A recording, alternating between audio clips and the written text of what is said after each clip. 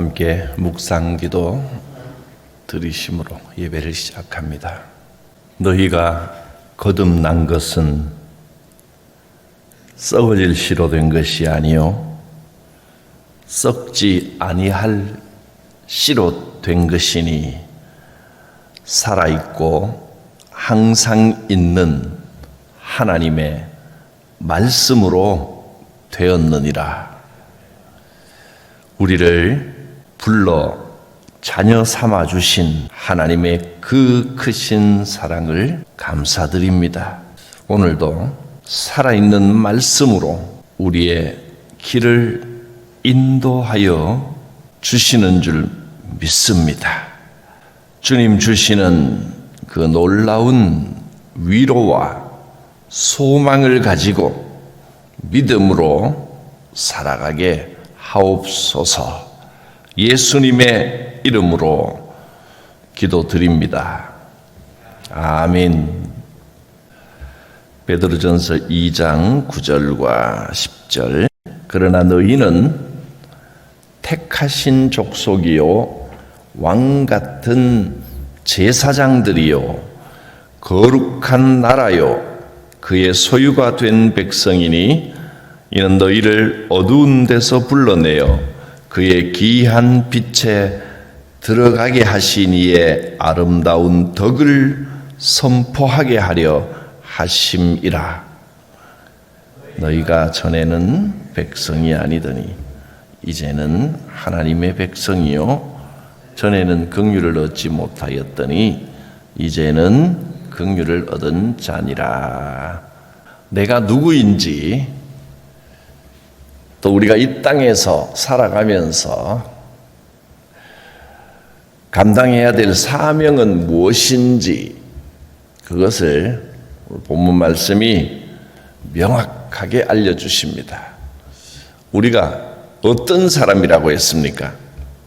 너희는 택하신 족속이라. 또 왕 같은 제사장이라. 제사장, 하나님이 만나 주시는 사람. 또 제사장이 올려드리는 예배를 하나님은 기쁘게 받으십니다. 왕 같은 예배자. 또 거룩한 나라. 그의 소유가 된 백성이라. 네 가지로 표현했는데 이 네 가지 표현이 다 정말 아름답고 축복된 표현입니다. 여러분은 택하신 족속입니다. 왕 같은 제사장들입니다. 거룩한 나라입니다. 이제 하나님의 소유가 된 백성입니다. 하나님 것입니다. 그리고 또 뭐라고 했습니까? 왜 우리를 이렇게 택하신 족속, 왕 같은 제사장, 거룩한 나라, 하나님의 소유된 백성 왜 이렇게 만들어 주셨느냐 하면 하나님의 목적이 있다는 것입니다. 그 다음에 이어서 나오지요. 이는 이렇게 한 것은 너희를 어두운 데서 불러내어 그의 귀한 빛에 하나님의 신비롭고 놀라운 그 빛에 들어가게 하신 이의 아름다운 덕을 선포하게 하려 하심이라. 우리를 어두운 데서 불러내서 하나님의 신비롭고 놀라운 귀한 빛에 들어가게 하신 분 누굽니까? 누가 우리를 하나님의 그 놀라운 빛 가운데 살아가도록 인도하셨습니까? 예수 그리스도입니다. 예수님의 십자가를 통해서 우리는 이제 더 이상 어두운 삶을 살지 않고 하나님의 귀한 빛, 신비롭고 놀라운 빛을 보며 살아갑니다. 예수님이 이 일을 하셨습니다. 예수님께서 우리 인생의 모든 어두움을 걷어내시고 하나님의 신비로운 빛 가운데 살아가게 하셨습니다. 이걸 우리가 이 아름다운 덕을 선포하며 살아가야 한다 하셨습니다. 이것이 우리가 이 땅을 살아가는 동안 반드시 감당해야 될 사명입니다. 두 가지를 말씀했습니다. 두 가지 사명. 다시 한번 말씀드리면 하나님께서 우리를 택하여 불러 하나님의 것으로 삼으시고 왕 같은 제사장이라 하셨으니 왕 같은 제사장이면 가장 존귀한 제사장이 된 겁니다. 그러면 사명이 무엇이겠습니까? 예배자로 살아가야 한다는 겁니다. 하나님을 온전히 예배하는 제사장의 삶을 살아야 됩니다. 예배자의 사명, 이것이 첫 번째 사명이고, 두 번째 사명은 우리를 어두운 데서 불러내서 하나님의 빛 가운데 살아가게 하신 예수 그리스도의 그 아름다운 역할, 아름다운 덕, 아름다운 구원자의 일을 선포하면서 살아가야 한다는 겁니다. 예수께서 나를 구원하셨습니다. 예수 그리스도의 은혜로 하나님의 백성이 되니까 이렇게 아름다운 빛 가운데 살아갑니다. 이것을 선포하는 사명을 받았습니다. 분명하지요? 첫째는 왕 같은 예배자의 사명, 제사장 사명입니다. 두 번째, 예수 그리스도의 구원을 선포하며 살아가는 사명. 이것이 하나님의 축복을 받은 성도로서 감당해야 할 사명입니다. 또 교회가 감당해야 될 확실한 사명이 이 두 가지 사명입니다. 교회가 해야 될 일들이 많이 있습니다. 봉사도 해야 되고 교제도 해야 되고 여러 가지가 있는데 그 중에 가장 핵심이 예배의 사명이요, 선포하는 사명입니다. 예수를 선포하고 하나님께 온전한 예배를 드리는 사명, 이것이 성도의 삶의 첫째 목적이 되고 교회의 가장 중요한 첫 번째 목적이 되어야 합니다. 사명을 잃어버리면 왜 사는지를 모르게 됩니다. 엉뚱한 걸 자꾸 따라갑니다. 사명 잃어버린 사람은 자꾸 돈 쫓아다니고 명예 쫓아다니고 권력 쫓아다니고 친구 찾아다니고 그렇습니다. 그런데 그렇게 돈이나 명예나 권력이나 친구를 아무리 쫓아다녀 봐도 거기에는 만족이 없습니다. 돈은 가지면 가질수록 더 허무해집니다. 마음의 구멍이 뻥 더 뚫립니다. 명예나 권력도 마찬가지입니다. 친구도 마찬가지입니다. 간이라도 빼줄 듯이 하던 친구들이 정말 자기 이익이 딱 걸리면 모른 척하고 돌아서면 내 가슴에 구멍이 하나 뻥 뚫립니다. 돈은 가지면 가질수록 좋을 것 같지요? 그렇지 않다고 합니다.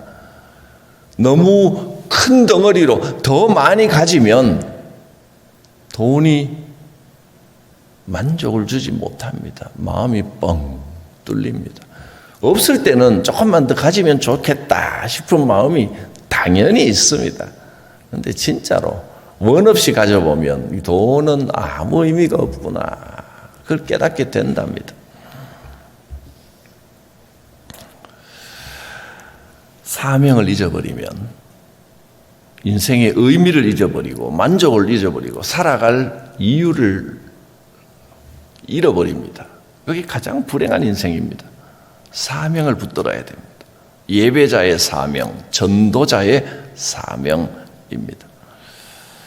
사명을 잃어버린 성도, 불행한 성도요, 사명을 잃어버린 교회는 이미 교회가 아닌 게 됩니다.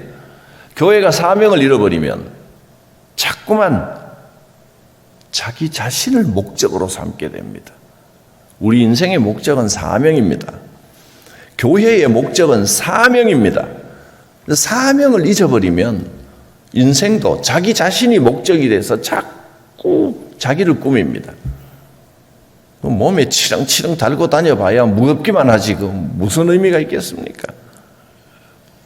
너무 안 꾸미는 것도 문제지만 너무 꾸미는 것도 그 심각한 정신적, 심리적 병입니다. 만족하는 게 없으니까 자꾸 주렁주렁 달고 달아도 안 되니까 몸에다가 새기고 그리고 파고 구멍 뚫고 난립니다.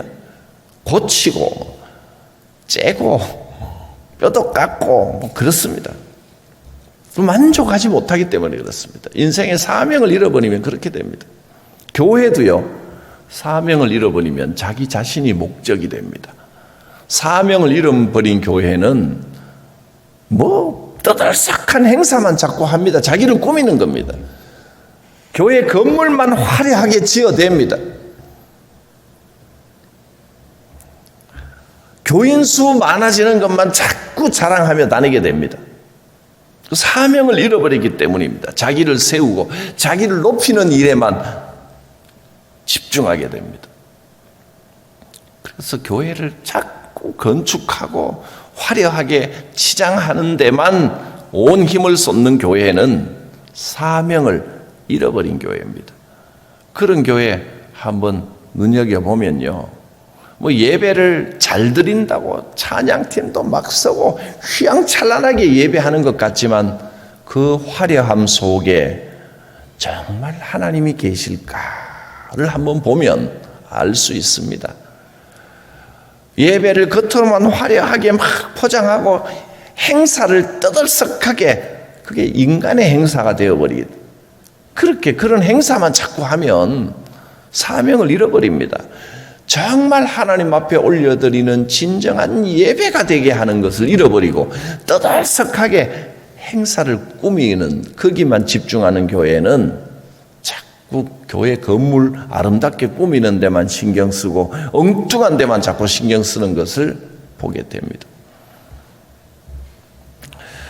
그래서 중세시대에 가톨릭이 거기에서 실수를 한 겁니다. 중세 가톨릭 교회는 말씀을 집중하지 않고, 아예 집중하지 않는 정도가 아니고 평신도는 성경을 못 읽게 했단 말이죠. 진리를 놓쳐버렸습니다. 지금에야 성당도 많이 새롭게 되고 또 성령운동도 하고 회복운동도 하고 했지만 중세시대에 가장 타락했을 때가 언제냐면 예배가 사람들의 잔치로 화려하게 꾸며집니다. 그 속에 정말 하나님이 계신 것을 사모하는 것보다 화려한 예식에만, 그러니까 예식에 참여하는 것 자체가 신앙생활이라고 생각을 하면 사명을 잃어버릴 수밖에 없습니다. 근데 요즘에는 오히려 또 반대로 교회는 너무 예식 순서, 예배 순서 자체를 중요하지 않게 생각하는, 와도 그만 빠져도 그만 영상으로 봐도 그만, 너무 이렇게 생각하는 그것도 문제입니다. 중간이 있어야 되는데 적당해야 됩니다. 너무 형식에만, 외형을 치장하는 데만 빠져서도 안 되고 그냥 내 마음만 온전하면 되지 형식은 필요 없다 그래도 안 되고, 하나님 앞에 나아가는데 어떻게 예의 없이 예배를 올려드릴 수 있겠습니까? 그렇습니다. 외형적인 것을 자꾸 치장하게 되면 사명을 잃어버립니다.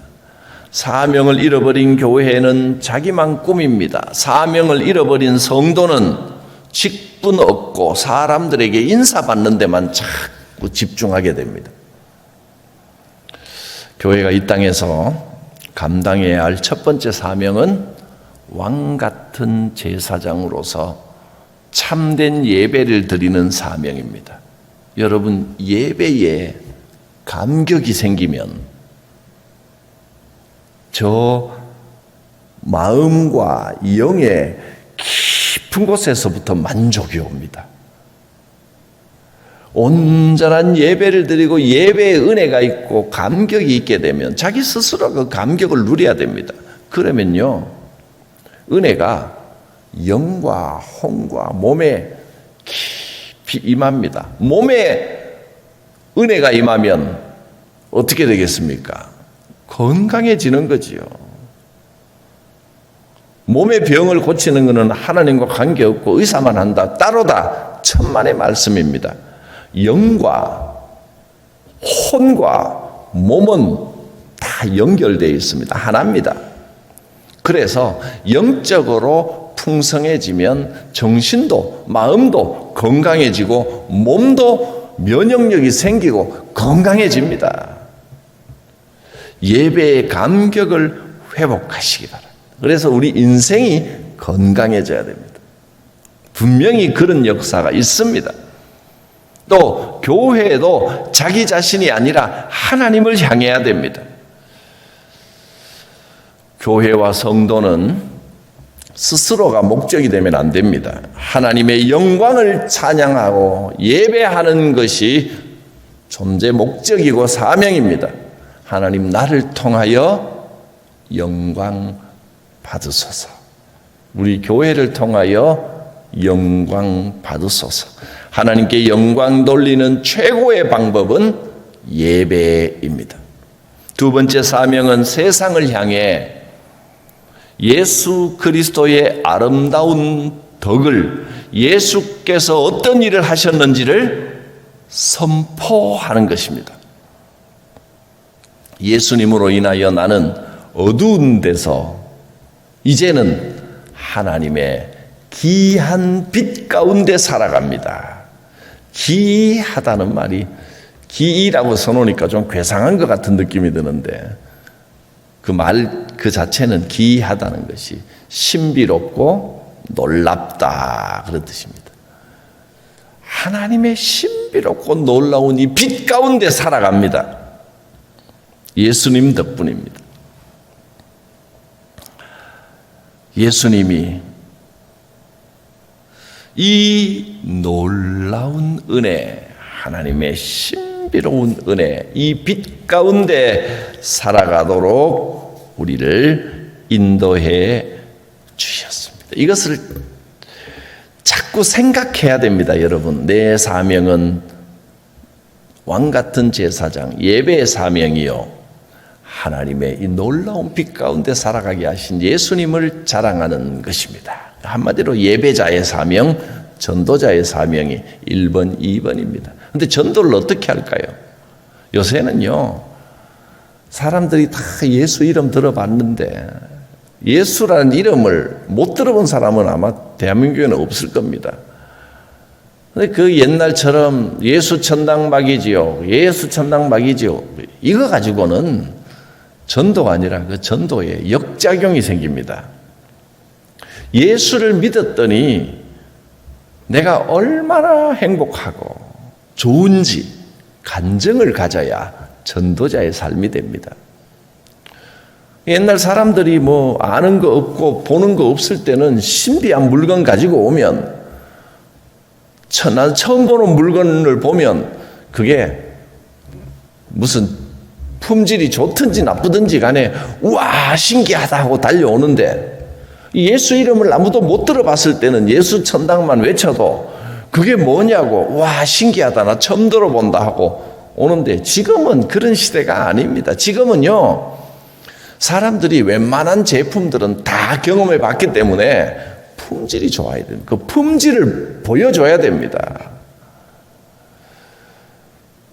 옛날에 뭐 화장품 이런 거 없을 때나 기억나십니까? 동동구리무 하나 보면 와 신기하다, 그게 세상에서 제일 좋은 것처럼 막 전부 다 너도 나도 가져가려고 그랬지만, 지금은요, 화장품이 널려 있을 때는요, 그래서 안 됩니다. 품질이 좋아야 됩니다. 그거 바르면 얼굴이 더 거칠어진다면 아무리 그 모양을 잘 꾸며놔도 아무 의미가 없는 겁니다. 이거 바르면 얼굴이 뽀송뽀송해지고 윤기가 흐르고 피부가 좋아지고 내가 발라보니까 좋더라. 이게 전도하는 방법이라는 거예요. 내게 비추어 주신 하나님의 그 신비롭고 놀라운 빛이 얼마나 좋고 귀한지, 예수 믿고 살아가는 내 인생이 얼마나 복되고 행복한지,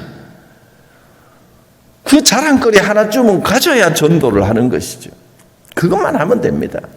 기회가 닿는 대로 행복한 내 모습, 예수 믿고 행복한 나의 모습을 보여주면 됩니다. 전도한다면서 교회 가자, 우리 교회 가서 예배 드리자, 예배 안 드리면 지옥 간다 그랬는데 보면 자기 얼굴이 맨날 지옥이에요. 그러면 그 전도가 되겠습니까? 자기는 지옥 같은 표정을 하고 투덜거리면서 늘 괴롭다고 살아가면서 내가 예수 믿으니까 너도 예수 믿어라, 교회에 나가야 된다. 그래서 되겠습니까? 예수 믿고 천국 백성이 되었으면 그 천국이 내 마음에, 내 인생에 이미 임했습니다. 천국이 임하면 어떤 모습인지를 보여줘야 됩니다. 우리의 표정으로, 우리의 말로, 우리의 생활로 그 아름다운 덕을 선포하는 전도자의 삶을 살아야 됩니다. 천국을 살아가는 사람이라야 전도를 할 수 있습니다. 하나님께서 우리를 너는 내 백성이다, 택하신 백성이다 해주셨습니다. 10절 말씀 봅니다. 너희가 전에는 백성이 아니더니 이제는 하나님의 백성이고 전에는 긍휼을 얻지 못하였더니 이제는 긍휼을 얻은 자니라. 하나님의 긍휼, 불쌍히 여기시는 사랑, 도우시는 그 사랑하심, 그게 긍휼입니다. 헤세드, 우리를 도우시고 우리를 불쌍히 여기시는 하나님의 그 놀라운 사랑이 우리의 삶 가운데 함께 합니다. 이 사명을 잊어버리지 말고 사명 따라 살아가는 복된 삶이 되시기를 바랍니다. 예배자의 사명, 전도자의 사명입니다. 기도합니다. 살아계신 하나님, 우리를 택하여 자녀 삼아주시고 거룩한 나라라, 하나님의 소유라 불러주시고 왕같은 제사장, 참된 예배자의 삶을 살게 하시니 감사합니다. 하나님의 이 신비로운 빛 가운데 천국의 삶을 살아가는 우리의 모습을 세상에 보여주며 예수 그리스도의 아름다운 덕을 선포하는 전도자의 삶이 되게 하여 주시옵소서. 내가 전도하는 것뿐 아니라 내 삶 자체가 전도자의 삶이 되게 하여 주옵소서. 예수님의 이름으로 기도드립니다. 아멘. 288장 찬송합니다. 예수를 나의 구주 삼고 성령과 피로서 거듭나니 이 세상에서 내 영혼이 하늘의 영광 누리도다. 이것이 나의 간증이요 이것이 나의 찬송일세. 나 사는 동안 끊임없이 구주를 찬송하리로다. 온전히 주께 맡긴 내 영, 사랑의 음성을 듣는 중에 천사들 왕래하는 것과 하늘의 영광 보리로다. 이것이 나의 간증이요 이것이 나의 찬송일세.